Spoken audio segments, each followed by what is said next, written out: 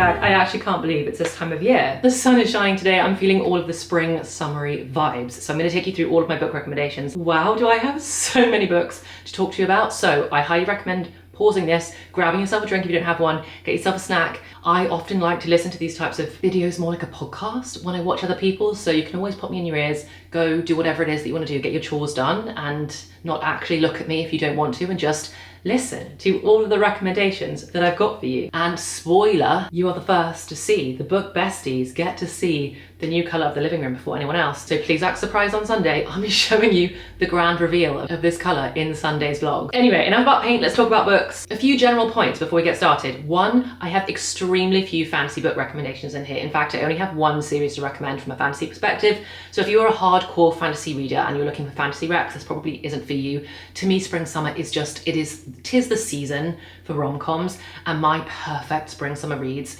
is the majority fun, fluffy, flirty rom-coms, with a sprinkling of mystery thriller, a sprinkling of literary fiction. So that is majority of what we've got here. I also can get very specific, it's the Virgo in me, of exactly when I recommend reading each of these books. So I go all the way down to some of these. I have a specific month that I think you should read this book, and pretty much all of them in my mind, they should be read like early spring, early summer, midsummer, late summer. So I'm going to tell you what I recommend. You can take all that with a pinch of salt. You don't need to be quite as type A as I am. But let's get straight into it. So the first book that I recommend, the first book series that I recommend, is the only series that I've got for you that's fantasy, as I mentioned. Although I said that I don't believe fantasy really belongs in spring summer, I think it's meant for the cozy winter spooky season. There has never been written a better book that suited early spring more than Once Upon a Broken Heart by Stephanie Garber.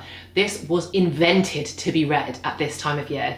It is a fantasy series, or more specifically a fantasy trilogy, and it is fantasy, but I would describe it more as fairy tale fantasy. When you're reading these books, you just feel like you've been sprinkled in fairy dust. The story follows Evangeline, who has her dreams shattered when she realizes the boy that she is in love with is about to marry someone else. So she makes a deal with the Prince of Hearts, whose name is Jax, to help her stop the wedding, and in exchange for his help, the Prince of Hearts asks Evangeline for 3 kisses, which he can request to be given at the time and the place of his choosing. But the Prince of Hearts is basically an immortal being, he's an immortal creature, and it kind of gives you that she's made a deal with the devil kind of a vibe. Everything is not as it seems, and ensues an adventure where the two of them are basically trying to undo some of the trickery or some of the complications that were caused as a result of her making this bargain. This is truly a 5-star trilogy for me. The third book was my least favorite, but The Ballad of Never After is probably one of my favorite books of all time. I cannot recommend this more highly. It is so unbelievably perfect for spring. If you're looking for a book to start with at the beginning of all these recommendations, this is where you start. Next up, a cutesy little YA romance. I do struggle with some of Ali Hazelwood's books. I think she writes such a diverse range of things that she can be quite hit and miss for different people. I really loved Check and Mate though. The story follows Mallory. Chess has always been a really big part of her family and she's always played it. But a few years ago, the sport destroyed her family and now she's given it up. She's completely done with chess and she just wants to be able to focus on her job, getting by, looking after her sister, looking after and focusing on her mother. She ends up begrudgingly agreeing to play one last tournament, and what do you know, she ends up wiping the floor with the current world champion Nolan Sawyer. The whole world is completely shocked that this unknown rookie Mallory has ended up beating the world champion Nolan Sawyer, and you basically just end up following the two of them as they continue to compete, because now that Mallory has beaten this world champion, she has the opportunity for all of these cash prizes and her family desperately needs money, so she ends up joining competitions and ends up competing. And the way that Ali Hazelwood describes the whole chess world, she does say in the author's note or in the acknowledgements, I can't remember, that she did take some liberties with how the tournaments actually run and the times and dates of when like the quarterfinals and the semifinals and those types of things are, but it does feel really well researched and really well done, and I just thought it was really fun, really light-hearted. I loved Nolan and Mallory. It's a really lovely one. I thought the chess was super interesting. Chess is not something that I read about very often and I really enjoyed it, so if you want a really quick read that you'll fly through, maybe to help you get out of a slump, then I really recommend this one. I'm meant to be stacking these so that you can see the names of all the books as we go. Okay, next we're diving into the world of Taylor Jenkins Reid. I think if you plan it right, you could have a truly epic spring summer reading experience with just Taylor Jenkins Reid. I think right now you should read Daisy Jones and the Six or Seven Husbands of Evelyn Hugo. I think you could do whichever one you wanted first. If we first talk about Daisy Jones and the Six, Daisy Jones and the Six, I don't actually have the physical copy of Daisy Jones or Seven Husbands. They're both books that I read way before I started buying book trophies, and I was basically an exclusive Kindle reader. But Daisy Jones is a really unique book. You might have seen the Prime Video series that is now out. I haven't actually watched that yet, but I've heard it's really good. But when I first read it, I thought it was a really unique way of telling a story. It's basically written in interview style. It's lots of interviews with different members of the bands. They say that it's loosely based on the band Fleetwood Mac. I think Taylor Jenkins Reid has such a special ability to bring her characters and bring her stories to life in the most vivid way. Maybe the most vivid way out of any author I've ever read. You really, really feel like they're real characters. You will be Googling, is Daisy Jones and the Six about a real band, which is what I did, and then ended up into the whole lore of Fleetwood Mac and how there are some similarities that have been drawn. And I think Taylor Jenkins Reid says that it's not explicitly based on the band, but there is some inspiration that she's drawn from the band, which, I mean, it just makes the whole thing even more interesting and even more exciting. The whole book is adrenaline fueled and there's twists.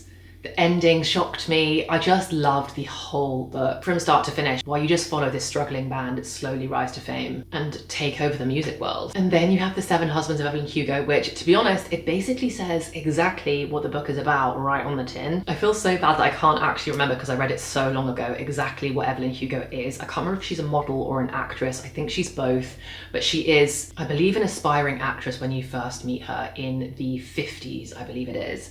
And you follow her story through each of these 7 husbands that she has throughout her life, and you learn about which of those, if any of them, were the great loves of her life. And you just follow the story of, again, a woman who rises to extreme fame, the glorious romantic parts of Golden Age Hollywood, some of the more harrowing, dark underbelly parts. There are a few trigger warnings that you might want to look up. It's a really, really incredible story. When I first read Seven Husbands, I was like, oh my gosh, I love that even more than Daisy Jones. Looking back, I think I just have so much love for both books. They are truly fantastic. They're both such immersive reads, and you'll find yourself completely lost in those stories. So going back to your ultimate TJR spring summer experience for 2025, you start with Daisy Jones or Seven Husbands, then you read the other one, then you switch. Then on the 3rd of June, you read her new book, Atmosphere. None of us knows, but we know it'll be good because she wrote it and all of her books are fantastic. On the 3rd of June, we read Atmosphere. Then, when Wimbledon starts, you read Carrie Soto is Back. Once we're deep in tennis season, once Wimbledon, which is just around the corner from me, is in full swing, you read all about tennis. Carrie Soto is Back is a story about Carrie Soto. It begins when she is watching the women's final of the tournament, which I can't remember which tournament it was. She's sitting there with her father watching the women's final, and as a result of the woman that wins, Carrie Soto has officially been dethroned as the world champion, or as the best female tennis player of all time that's broken the most number of records. This woman that she's watching play officially beats her and dethrones her, and she turns to her dad and says, I'm coming out of retirement. I cannot have this. I have to be the best in the world, and I cannot exist in a world where some other woman has beaten me as the best female tennis player of all time. So she slowly comes out of retirement. It is an incredible story of what women can achieve when they are confident and tenacious and refuse to quit and refuse to roll over. She is a slightly older tennis player now because she had retired from the game, and watching her build her strength back and start competing. She's a woman who I honestly can't resonate with in any way. I'm not competitive, and wow, is this woman ruthlessly competitive. But even though I can't relate to her at all, it was so fascinating to read her story and to feel so engrossed in the world of tennis. You do probably have to like tennis to read this book. When I first tried to get into it, I struggled, and it took me a couple of times to come back to it. In hindsight, I love it so much more than weirdly I did at the time. I think I needed to probably go into it knowing how much tennis there was really going to be. You are really watching a lot of the matches, like love, 15, 30, 40, deuce, advantage. Like, you're really playing the matches with her. So you've got to like tennis, but honestly it just adds to the whole experience. So then you read Carrie Soto is Back. And then when you're deep in summer, we're talking August, you read Malibu Rising. This book is so good. I believe everyone on planet Earth should read this book during the summer months at some point in their life. And specifically, I think they should read it in August. I think it's absolutely perfect for August when you're deep in the heat of summer. Malibu Rising is set in the 80s. You're following Nina, who is the daughter of a very famous rock star. And it's about her and her siblings and the house party that they throw every single year. You find out right at the beginning of the book, and in fact I think it even says it on the back. By midnight the party will be completely out of control. By morning the mansion will have gone up in flames, but before that the alcohol will flow, the music will play, and secrets will come bubbling to the surface. This is a perfect mix of kind of like a mystery, because you start right at the beginning desperate to know who burnt the house down and why, and how did things get so out of control at this party they host every single year. And I should say, the thing that gives it its extreme summery vibe is that Nina is also now extremely famous. She's the daughter of a very famous father, and she is very famous because she's a professional surf model. So she surfs, she's a model, they live in Malibu, they're on the beach, they're always surfing. It gives you everything for a summer, like a gripping summer read that's also quite sunshiny. It's just perfection. So that is your TJR summer. If you just want to read like a couple of books this summer, if you're not a totally insane feral reader and you just want one really epic summer experience, and you're not necessarily a romance reader, this is the one for you. Okay, up next, if we're talking about an ultimate summer reading experience, and we just talked about doing it all with one particular author, I would be remiss if I did not suggest, for those of you that get through a few more books, that this should be how you spend the next few months of your life. And of course, I'm talking about none other than the absolute queen of my heart. Can we rotate this? Elsie Silver. This is her current universe. It is colourful and perfect, and I don't know what to tell you. I love every single book. Every single one of these I love. So I'm going to talk you through each of the series and which order I recommend you read them in. Chronologically speaking, we're going to start with the best of the bunch, right in the middle. Chestnut Springs. If you've been here for more than half a second, you'll know that Chestnut Springs is just one of those series for me. Maybe it's my favourite series ever. It could be. This is your sign to enter your cowboy romance era. These books are very spicy. If you don't like spice, don't read these books. It's as simple as that. They are spicy, they are wholesome. The found family, it's not found family, the actual family in this is everything and more. All you'll ever want to do, all you'll ever want to achieve in life is being invited to an Eton family dinner. Each one of these books basically follows one of the different brothers in the family, or a very close family friend of one of the brothers. They are all cowboys or cowboy adjacent. You know, they're ranchers, they're bull riders. Basically, they're just all sexy as hell. And literally every single one of these books just feels like sunshine to me. I think they are the perfect late spring, early summer read, the perfect series for that time of year. It may seem like a lot to read 5 books, but never have I read books quicker in my life. I burned through every single one of these in just under 48 hours. I've never done that before, I'll probably never do it again. But honestly, I promise you, you may not think you're into it, but I promise you it's time to enter your cowboy romance era. So my recommended reading order is you start with Chestnut Springs. It is the best of the lot, but I do believe it's the best place to start. So first you read Chestnut Springs, and then you go back to the very beginning chronologically and you read the series that Elsie wrote first, which is the Gold Rush Ranch series. And book 2 of Gold Rush Ranch is actually about the sister of the Eaton brothers. So you'll learn about Violet, which is the Eaton brothers' only sister, and she moved away from home before you get to Chestnut Springs, and that is because she's over here living in Gold Rush Ranch. Gold Rush is not cowboys, Gold Rush is more horsey vibes, so horse training and horse racing. When you go straight from Chestnut Springs to this, you will miss the fun dialogue that is in Chestnut Springs. The very first book in this series, Off to the Races, is, in my opinion, Elsie's weakest book. I would recommend though that you push on, because the last couple of books in this series, you could just skip the first 2 to be fair and go straight to the last, just skip the first one and go straight to the last 3, because the last 3 in this series are just as good as Chestnut Springs. In fact, the final book, A False Start, is one of my all-time top 3 Elsie books. So you go cowboys, horse racing, and then the final series, which is still incomplete, is the Rose Hill series. This is not cowboys or horses or anything like that, to be honest. It's just a small town. We're actually following the dads of a small town bowling league. They are a dads only bowling team, and with every book, the dynamics of that bowling team are getting better and funnier. The romances are getting more and more addictive. So far, Wild Eyes is my least favorite, Wild Love is my second favorite, and Wild Side, which I just read, is my absolute favorite from this series. This story follows Reese and Tabby. It's marriage of convenience. It's kind of black cat, but she is incredibly fierce. He's very grumpy, but she totally puts him in his place. It's really wholesome, and the way they care for each other is just beautiful. Highly recommend. So all of these books, to me, they're just the perfect rom-com. Sit by a pool, go to the park, and read in the sunshine kind of books. Okay, let's keep going. I have 2 more spring specific recommendations, and then we're deep into summer. So the first one is The 7-Year Slip by Ashley Poston. So many of you have said that you read this as a result of me recommending it and you loved it, which makes me so happy when somebody loves one of my book recommendations. Oh, it's the best feeling in the world. It is magic realism. You wouldn't think that's for you, but I promise that it is. Clementine is currently going through grief and is really suffering, and one day walks into her apartment and a man is standing in it saying, "Excuse me, this is my apartment."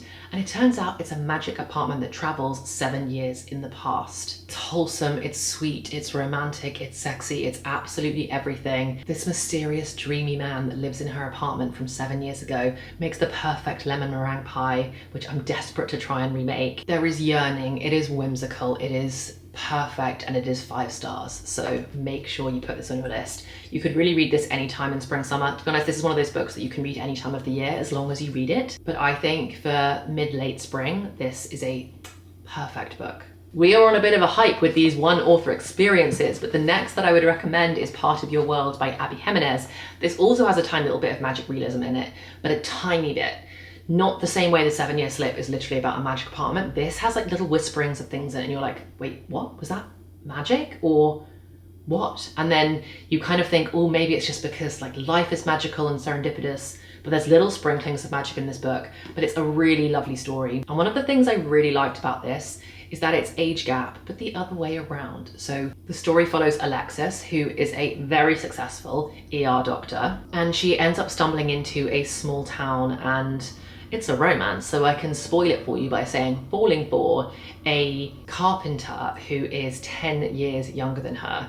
And there is so much more to the story than just the romance. There's a lot to do with family dynamics, her parents and their opinions of her career choices. They think that she's just a mere ER doctor because they are all surgeons, and that's apparently much more renowned of a field within medicine. So there's a lot more to it than just the romance, and this will kickstart one of the best series, which is, I don't actually know, I don't think it's got a name, but these are all standalone interconnected books, so you don't have to read these in order. I recommend that you do. I always think it's nice when you can see threads of little tiny subplots following you through different books. So again, you read this now, this is the perfect thing to read in spring. I also think this would be a good autumnal read, to be honest, but I think reading this in spring is lovely. Then you move on to Yours Truly, which is about 2 doctors that fall for each other.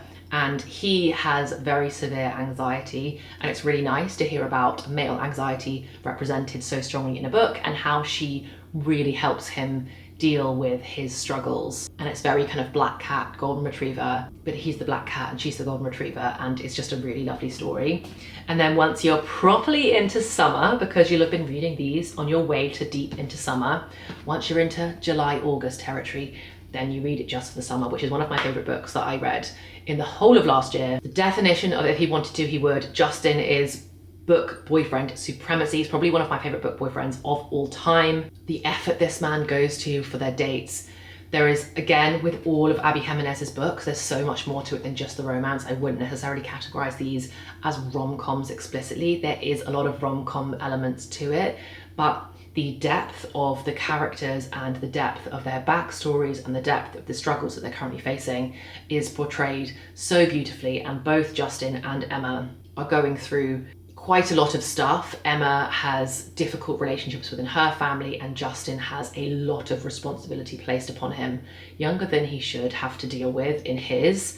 And the way the two of them so maturely navigate the complexities of their realities whilst also developing feelings for each other. And I really rate that about all of Abby Jimenez's books, actually. It feels like the relationships are all very mature and they deal with the struggles in such a sensible way that it makes, when you have those like heart-wrenching moments where you feel like things just are not going to work out, it makes those feel really real, not like some childish third act misunderstanding breakup. It feels like that's actually a real reason why this might not work. and I respect you for giving the other areas in your life like the proper attention and acknowledgement that they deserve. Anyway, so this would also be an epic spring summer reading experience to sprinkle these throughout the next few months. Okay, steering away from romance for a second, because we know that you can't just have romance after romance. You need a little bit of something extra in your summer. And one of the things that I love in summer is a little bit of mystery thriller. So my first recommendation is Where the Crawdads Sing. I haven't seen the movie, still haven't seen that yet. I've heard it's good, not great. This copy is also beautiful and in perfect condition, because I bought this just because of how much I love the book. And I actually read this on my Kindle a while ago, years ago, I think when it came out, which I'm pretty sure was like 2019 or something. So it's been a good 6 years since I read this book, but it's so fantastic. The twists keep on twisting. It's a proper like mystery thriller. There are moments where you are holding your breath and you're desperate to know what happens. The twists that happen, I didn't see coming at all. Some bits are really hard to read. It's about a girl who is very young. I can't actually remember how young Kaya is at the beginning of this, but I think she's like 6 or 7 or something. And she basically fends for herself in the marsh all alone in North Carolina. And her tenacity and determination to survive is truly incredible. And as she grows up and becomes a teenager, she catches the attention of 2 boys from the main town who think she's incredibly beautiful, and one thing leads to another that ends up being a murder. So there's a strong murder mystery element to it, and you're trying to find out what happened. There is so much in this book. It's beautifully written. I can't really remember all the intricacies of the plot. I just think it's such a perfect beach read to get completely lost in another story that will properly keep you on the edge of your seat, but somehow also feels like a really cozy read. It straddles that line really well. Okay, next up we have The Naturals by Jennifer Lynn Barnes. This is such a fun one. So The Naturals follows a group of teenagers who have been recruited by the FBI, and each of them have very unique, very special skills. They're called the Naturals because in some kind of way they almost have like supernatural talents. One of them can detect liars, like can immediately tell when someone's lying. The main character that we're following is a profiler, so she's really good at understanding behavior and why people do the things they do. And the FBI basically recruit each of these teenagers to all live in a house and try and solve cold cases for the FBI. This first book in the series follows Cassie. Her mother died a very gruesome, very bloody death, and she has always wanted to know what happened. So when the FBI try and recruit her, she's like, oh yes, maybe I'll be able to find out what happened to my mother. And she basically gets put on this case, and her fellow naturals are trying to solve the case. It's short, it's fun, you race through it. There's a lot of intrigue, there's a twist, which I guessed just before it was revealed what the twist was going to be. So it almost had me, and I'm really excited to read the rest of the series. I haven't started the rest of the series yet, but it's high on my list for this spring summer because I think a perfect YA mystery thriller is brilliant. And although this is YA, some of this was absolutely haunting. You had a few chapters in here from the perspective of the killer that they were hunting, and they were truly harrowing chapters. The description of the thoughts that that killer had, horrific, truly horrific. So again, don't be put off by the fact that it's YA. It's definitely not childish. And when I started reading this, I was like, oh my gosh, I think this is too scary for me. So The Naturals. Another couple that I think are perfect to sprinkle in there to mix up the lightheartedness, because there is nothing lighthearted about these 2 books. We have The Song of Achilles and Circe, both by Madeline Miller. These are perfect for spring summer because it's all about ancient Greece, and the way Madeline Miller writes is so beautiful, and the way that she describes the wilderness in Greece, both in the first book where we're following a young boy named Patroclus and really his story, his friendship from a very young boy to eventually being lovers with Achilles, and their entire story together. Like, it's the definition of childhood friends to lovers, and it's all about Patroclus and Achilles, their story, and it follows you all the way through to the Battle of Troy. We all know what happened there, so it's not really about knowing where the story goes, although the way it ended was so hauntingly beautiful. I did cry. It's more about the journey on the way there and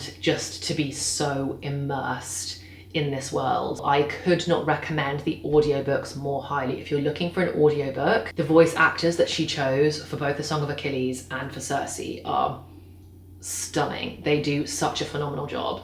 Circe, on the other hand, whilst The Song of Achilles is about the story of 2 men and their journey falling in love, Circe is all about a woman who is extremely unlucky in love and just unlucky in general. I talked a lot about my feelings of Cersei in some of my reading vlogs, so definitely go back and watch those if you want to see me reading this and my live reactions and everything. But it's very sad. The Song of Achilles is also very sad, but somehow they're both sad and extremely uplifting at the same time. Cersei is really just a story of the strength of women and how this one woman who has, well, she's a goddess actually, but this goddess, this woman who has the best of intentions but has some darkness in her as well, how she fights tooth and nail and tirelessly for those she loves, and her desire to be loved and to be acknowledged, and when she is rejected and dismissed by so many, how she learns to find her own voice and to stand up for herself.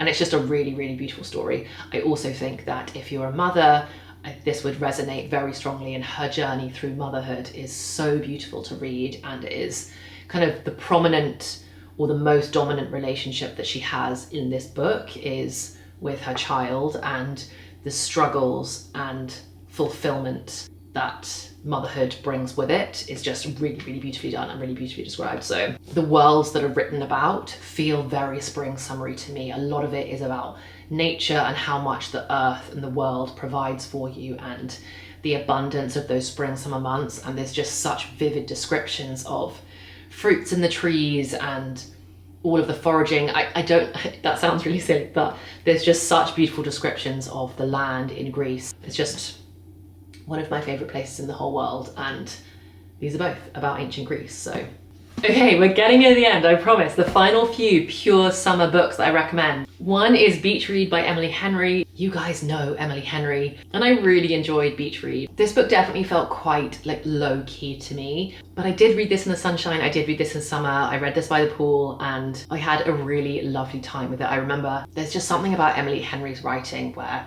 there's a few sentences that she'll string together and they'll just smack you square in the chest, even if the plot of any particular book is not especially hard hitting. I don't really remember all the intricacies of this book, but I just remember having an absolutely lovely time. And broadly speaking, it's about January and Gus and their neighbors. They both have a house. I think it's on a lake. They both have lake houses. January is a hopeless romantic and Gus doesn't believe in true love at all.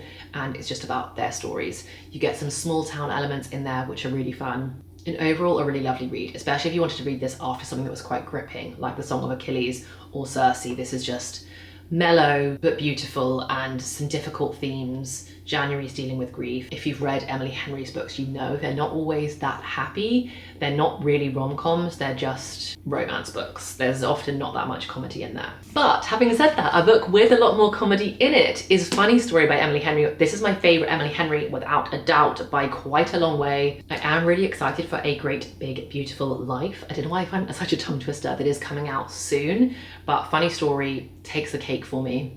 It follows Daphne and Miles, who end up moving in together after their partners leave them for each other. So Daphne's fiance, I believe it is, and Miles's girlfriend end up saying that they're actually in love, and Daphne and Miles end up needing to move in together because their partners kick them out, basically. I think the way the romance develops in this is so well done. It feels so natural and so unforced. There is no connection between the two of them at the beginning whatsoever. There's no even physical attraction. There's no even sprinkling of it. It's literally Miles smoking weed, crying his eyes out, singing romance songs in his rooms because he's so devastated his girlfriend has left him.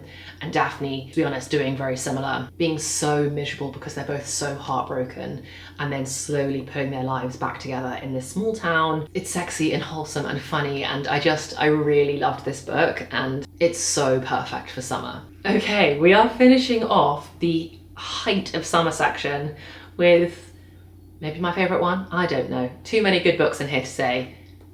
But The Paradise Problem with Christina Lauren, definitely the funniest female main character I've ever read. I've said that so many times, but Anna is absolutely hilarious. I'm definitely gonna reread this year. Anna and West get married at the beginning of college to get a family discount on student housing. You start at the end of college when they're both leaving college and they've agreed to get divorced. They never really saw each other at college. They just agreed to marry each other, and they were basically veritable strangers for their entire college experience. They go their separate ways until West calls Anna up and says, "Hi, I'm actually super mega rich, but I don't get my trust fund unless I can prove that I've been married for the last 5 years. So can you please fly with me to," I don't know if it's their family's private island or what it is, but this family holiday on their private jet to this ridiculous luxury vacation, and pretend to be my wife and pretend that we have been married for the last 5 years so that I can get out from under my toxic family, take my trust fund and leave. And ensues the most hilarious holiday where Anna has to go pretend to be his wife. His family are absolutely awful. It's hilarious reading about how terrible they are. And she pretends that she's a doctor when she's not a doctor. And some of the things that she says, Anna is just the definition of letting intrusive thoughts win. Thoughts pop into her head and she just says them out loud. And I just was honestly crying with laughter going, I cannot believe you just said that out loud in front of all these people. It's so unserious. I saw so much criticism of it being like, it's the most unrealistic story ever. It is. I don't care. You have so much fun. You don't care how unrealistic it is. For a proper height of summer read, to read about being on a tropical island is just chef's kiss. So, The Paradise Problem. Okay, we're on the final sprint. We're now into the books that I recommend you read right at the end of summer and as we head into autumn. These are not autumn reads necessarily, but they're toying with autumn. And basically, that is my full suite of ice hockey romance. Now, ice hockey is not a summer sport. I know that, you know that, but somehow ice hockey romances just are so much fun. They feel like they belong in summer. So the first series that I really want to recommend is, I don't actually know if this series has a name. Oh yeah, Off Campus. Duh. The Off Campus series by Elle Kennedy. I actually have very little to say about how much I love this series. I feel like if you watched any of my vlogs while I was reading this series, then you just know, but obsessed, like die dead obsessed. You must read it. It's so funny. Especially Dean's book. There was a moment in it where it was so funny. I literally sprayed water. I spat my drink out because of how much I was laughing, and it took me by surprise so much. Also, like Elsie Silver, Elle Kennedy writes very spicy books. So if you don't like spice, skip these, but they're so funny. They're so much fun. No, it's not technically summer. Like I say, I think August, September, when it's still very warm outside, you still want to read a book outside in the sunshine, but we're not on any tropical islands. We're playing ice hockey, but it's a blast. So the whole series I recommend, 1 to 5. Oh look, that's really triggering. Those are in the wrong order. There you go. 1 to 5. And then we have the Windy City series by Liz Tom Ford. This is also ice hockey, but whilst the Off Campus series by Elle Kennedy is all about college hockey, which I should have said, this is professional hockey. And actually it's not all hockey, it's professional sports. So some of it's hockey, some of it's baseball. I think that's it. I think those are the only 2 sports we've read in it so far. Oh, and we have basketball as well. We've got ice hockey, basketball, and baseball. The first book took me a minute to get into. I started it off thinking, I don't like this at all. I'd come straight off the back of Off Campus. I then started this and I was just not feeling it. By the end, I was converted, and the 2 final books in this series, Play Along and Caught Up, are some of my favorite sports romance books ever. We have the 5th and final book in the series coming out very soon called Rewind It Back, and I'm so excited about that. These have great fan family that's not necessarily there right off the bat in the first book, but that grows with every book that you read, which I really enjoy. The romance is amazing, and it really just makes me want to move to America and fall in love with a professional sportsman of any kind, really. I'm not fussy. I'll take any of them, although I'm pretty confident that Kai takes the cake because single dad is, I think, my favorite trope of all time, and Kai in this book is Finally, if you can believe it, the last book that I want to recommend is Magnolia Parks by Jessa Hastings. I read this extremely recently, so I haven't read the rest of the series yet, and the rest of the series is on my TBR. I don't know when I'm going to get to it, hopefully in the spring, summer. To me, this book is either very spring or very autumn. Choose. I don't think this is a summer book. For whatever reason, this is all very subjective.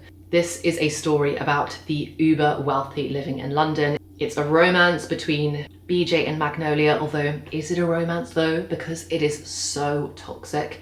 Their relationship It's so unbelievably questionable. They both treat each other so badly, but they're both just doing the best with the upbringings they've had. Even though I didn't rate this first book 5-star, this has such 5-star potential for the rest of the series. Jessa's writing is truly spectacular.